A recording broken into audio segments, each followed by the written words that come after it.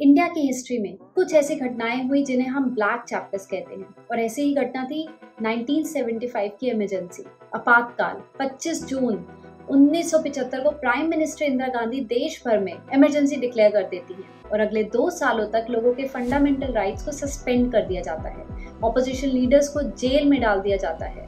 पर क्यों लगाई गई इमरजेंसी? क्या रीजंस थे इसके पीछे और क्यों इसे भारत की हिस्ट्री में काला धब्बा माना जाता है? आइए बात करते हैं आज की इस वीडियो में। 25 जून की वो रात and is considered as one of the darkest period in India's history.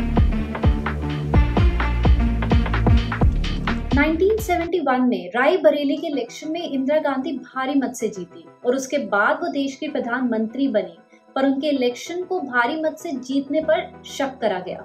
Opposition leader Rajnarayan ने सीधा इंदिरा गांधी पे इल्जाम लगाया कि उन्होंने रायबरेली की सीट अनफेयर तरीकों से जीती है, उन्होंने बैलेट्स को मैनिपुलेट किया है। राजनारायण ने इलाहाबाद हाई कोर्ट में इंदिरा गांधी के खिलाफ केस लड़ा।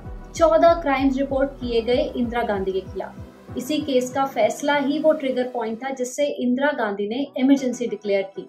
लेकिन 1975 की इमरजेंसी पहली इमरजेंसी नहीं थी इंडिया में। उससे पहले 1962 के इंडो चाइना वॉर के समय और 1971 के इंडिया पाकिस्तान वॉर में भी इमरजेंसी डिक्लेयर करी गई थी। 1975 की इमरजेंसी इन दोनों इमरजेंसी से काफी अलग थी क्योंकि उसके पीछे कोई एक वॉर या लड़ाई रीजन नहीं थी, बल्कि कुछ ऐसे सीक्वेंस ऑफ इवेंट्स हुए जिसकी वजह से इमरजेंसी लगाई गई। तो ये सीक्वेंस ऑफ इवेंट्स 1966 में शुरू होते हैं जब प्राइम मिनिस्टर लाल बहादुर शास्त्री की मृत्यु हो जाती है और कांग्रेस पार्टी इंदिरा गांधी को लीडर इलेक्ट करती है मोरारजी देसाई जैसे सीनियर लीडर्स के होते हुए। इंदिरा गांधी प्राइम मिनिस्टर की गद्दी संभालती हैं, लेकिन उन्हें पहले साल मीडिया और ऑपोजिशन की तरफ से काफी क्रिटिसाइज किया गया, ये कहकर कि वो कांग्रेस पार्टी के सीनियर लीडर्स के इशारों पे काम कर रही है। उन्हें पपेट, गूंगी गुड़िया के नाम से बुलाया गया। इंदिरा गांधी का पहला टेस्ट 1967 का जनरल इलेक्शन था। उनकी सरकार तो बनी लेकिन उनकी मेजॉरिटी पहले से कम हो गई। जनता में काफी नाराजगी थी, बेरोजगारी, महंगाई और भुखमरी की वजह से। ये ऐसा टाइम था जब इंडिया फूड ग्रेन में सेल्फ सफिशिएंट नहीं था। इसके बाद 1969 में कांग्रेस पार्टी डिसाइड करती है कि 14 प्राइवेट बैंक्स को नेशनलाइज किया जाएगा, यानी कि ऑनरशिप गवर्नमेंट के पास चली जाएगी उन बैंक्स की। ये 14 बैंक्स 85% बैंक डिपॉजिट कंट्रोल करते थे उस टाइम इंडिया में। पर बहुत से बड़े बिजनेसमैन जैसे JRD टाटा इस नेशनलाइजेशन के डिसीजन को अपोज करते हैं। 18 जुलाई 1969 को ये डिसीजन लिया जाता है कि इसे ऑर्डिनेंस के थ्रू पास कराया जाएगा, पर सरकार रियलाइज करती है कि 21 जुलाई को पार्लियामेंट सेशन स्टार्ट हो जाएगा और 20 जुलाई को प्रेसिडेंट ऑफिस छोड़ने वाले हैं, तो ये ऑर्डिनेंस को बहुत जल्दी में बनाया जाता है और ओवरनाइट प्रेसिडेंट से साइन करवाया जाता है। इसे देख के साफ लगता है कि इंदिरा गांधी इस पॉलिसी को बहुत इंपॉर्टेंट समझती थी देश के लिए और उनका मानना था नेशनलाइजेशन से इन बैंक्स की सर्विसेज को सब तक पहुंचाया जा सकता है जो प्राइवेट बैंक्स नहीं करेंगे। इस डिसीजन को बैंक के शेयर होल्डर्स ने अपोज किया और सेंट्रल बैंक ऑफ इंडिया के शेयर होल्डर ने सुप्रीम कोर्ट में केस लड़ा इस ऑर्डिनेंस के खिलाफ और वो केस जीत गए और यहीं से शुरू हुई इंदिरा गांधी सरकार और जुडिशरी के बीच टकराव। सुप्रीम कोर्ट ने जब इंदिरा गांधी सरकार के इस ऑर्डिनेंस को रिजेक्ट किया तो अगले साल इनकी सरकार एक नया अमेंडमेंट लेके आई कॉन्स्टिट्यूशन में और इस अमेंडमेंट ने सुप्रीम कोर्ट के डिसीजन को रिवर्स कर दिया। इसके कुछ सालों बाद ही एक और सिमिलर केस हुआ इंदिरा गांधी सरकार और सुप्रीम कोर्ट के बीच में प्राइवी पर्स को लेकर। प्राइवी पर्स एक पेमेंट हुआ करती थी जो प्रिंसली स्टेट की रॉयल फैमिलीज को दी जाती थी। ये पेमेंट हुआ करती थी क्योंकि सरकार ने जब सारी प्रिंसली स्टेट्स को यूनाइट किया था इंडिया बनाने के लिए 1947 में, तब ये शर्त रखी गई थी कि उनकी रूलिंग फैमिलीज को कुछ पेमेंट दी जाएगी भारत सरकार की तरफ से। लेकिन इंदिरा गांधी को ये पेमेंट्स पसंद नहीं आई तो उनकी सरकार ने एक बिल इंट्रोड्यूस किया प्राइवी पर्स को खत्म करने के लिए, लेकिन ये बिल राज्यसभा में पास नहीं हो पाया, इसलिए सरकार ने एक नई तरकीब अपनाई। इन्होंने एक प्रोक्लेमेशन अनाउंसमेंट की, आज से प्रिंसली स्टेट्स को रिकॉग्नाइज नहीं किया जाएगा। इसका मतलब देश में कोई रूलिंग फैमिलीज बचेंगी ही नहीं, इसलिए प्राइवी पर्स की कोई जरूरत ही नहीं पड़ेगी। एक बार फिर ये मामला सुप्रीम कोर्ट के पास गया और सुप्रीम कोर्ट ने इस प्रोक्लेमेशन को नल और वॉइड कर दिया और इसके बाद 1971 में इंदिरा गांधी सरकार ने एक और कॉन्स्टिट्यूशनल अमेंडमेंट ऐड किया जिसमें साफ साफ कहा गया कि प्राइवी पर्स को हटा दिया जाएगा रॉयल फैमिलीज के लिए और कोर्ट की जो जजमेंट थी उसे रिवर्स कर दिया जाएगा। 1971 में दोबारा इलेक्शन होते हैं और इंदिरा गांधी गरीबी हटाओ का नारा देती हैं और फिर से इलेक्शन जीत जाती हैं और इस बार काफी डोमिनेंट प्राइम मिनिस्टर बनती हैं। इनके अंडर सेंट्रलाइजेशन ऑफ पावर देखने को मिलता है और कहा जाता है कि इनके अंडर जो अलग अलग स्टेट्स के चीफ मिनिस्टर्स और कैबिनेट मिनिस्टर्स थे, इंदिरा गांधी ये देखकर सिलेक्ट करती थी कि कौन इनके ज्यादा करीब था। 1971 में वो साल भी था जब इंडिया पाकिस्तान वॉर हुई, जिससे बांग्लादेश देश का जन्म हुआ। इस वॉर की वजह से इंडिया इकोनॉमी पे भी बुरा असर देखने को मिला। इन्फ्लेशन बढ़ी और जो एसेंशियल कमोडिटीज थी उनके प्राइसेस काफी तेजी से बढ़े।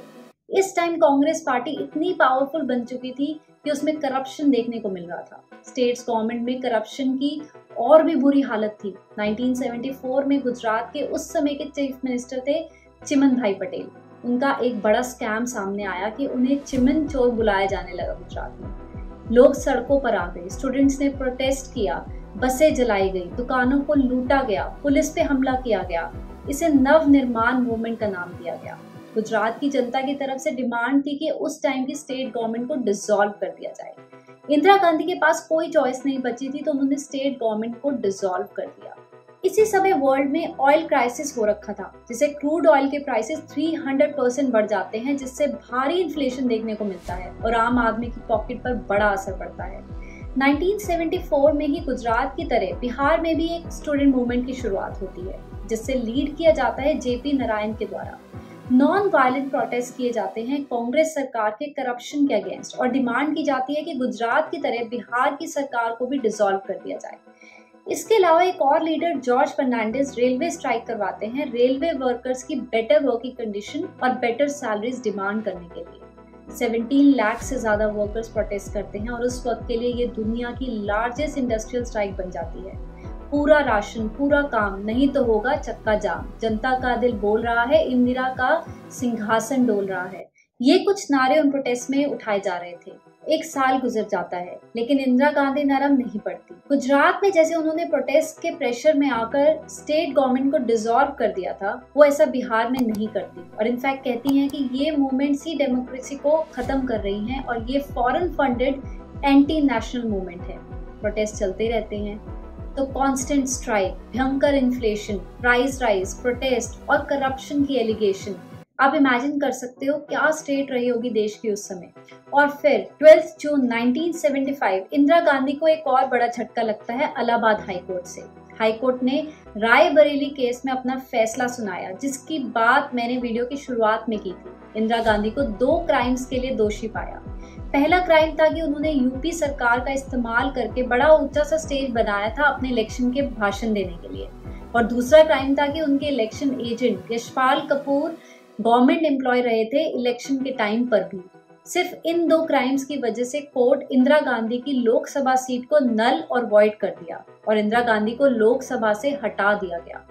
उस वक्त न्यूज़पेपर में छपा कि ये डिसीजन ऐसा है कि प्राइम मिनिस्टर को हटा दिया गया हो एक ट्रैफिक टिकट की वायलेशन की वजह से। बेसिकली वो कह रहे थे कि क्राइम काफी छोटा था लेकिन उसकी सजा काफी बड़ी थी। लेकिन क्योंकि डिसीजन हाई कोर्ट ने लिया था, इंदिरा गांधी सुप्रीम कोर्ट गई इस डिसीजन के खिलाफ।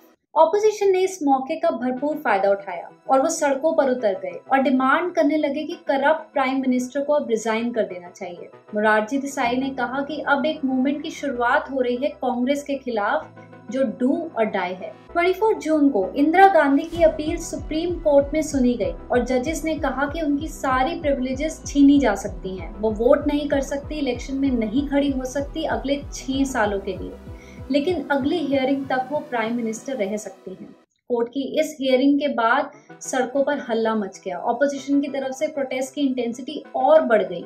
एक रैली जेपी नारायण के द्वारा निकाली जा रही थी और उन्होंने स्टूडेंट्स को कहा कि वो बाहर निकले प्रोटेस्ट करने के लिए। उन्होंने जनता को कहा कि वो पुलिस की सुनना बंद कर दें और उन्होंने पुलिस और आर्म फोर्सेस से कहा कि वो सरकार के ऑर्डर को सीधा सीधा रिफ्यूज कर दें।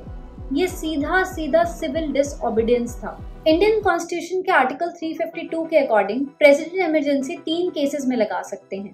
पहला, अगर इंडिया किसी देश के साथ जंग पे जाए।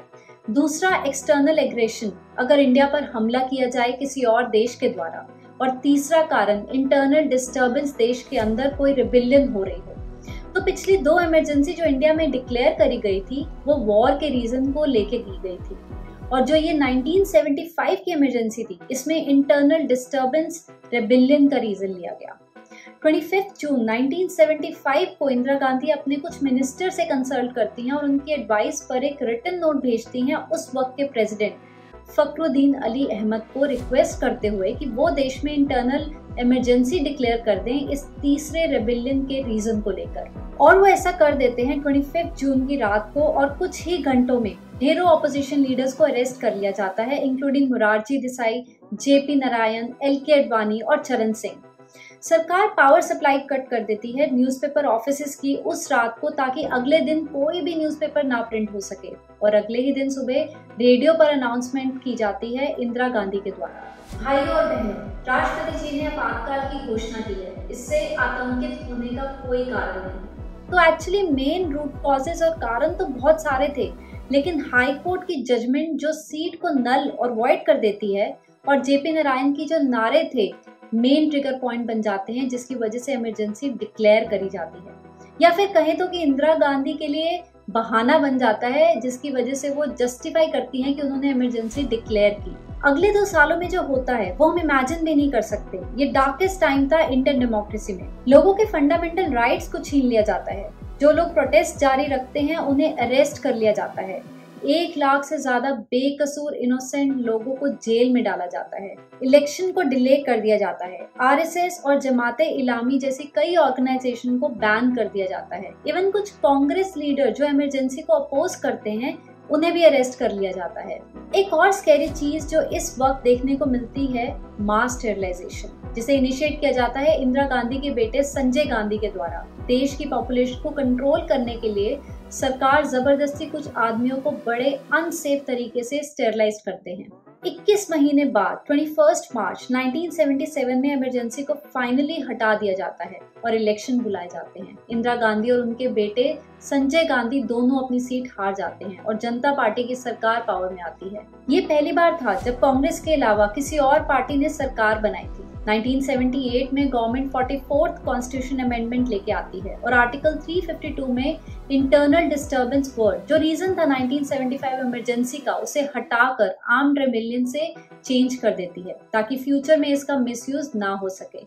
लेकिन ये सरकार ज्यादा दिन टिकती नहीं है और 1980 में फिर से इलेक्शन होते हैं और कांग्रेस और इंदिरा गांधी फिर से पावर में आ जाती है। हालांकि इस बार उनकी इकोनॉमिक पॉलिसीज काफी बदल जाती हैं, थोड़ी और राइट लीनिंग बन जाती हैं और कैपिटलिस्ट ओरिएंटेड बन जाती हैं। आई होप आपको वीडियो इन्फॉर्मेटिव लगा होगा। प्लीज चैनल को सब्सक्राइब करें and I will see you in the next video. Thank you.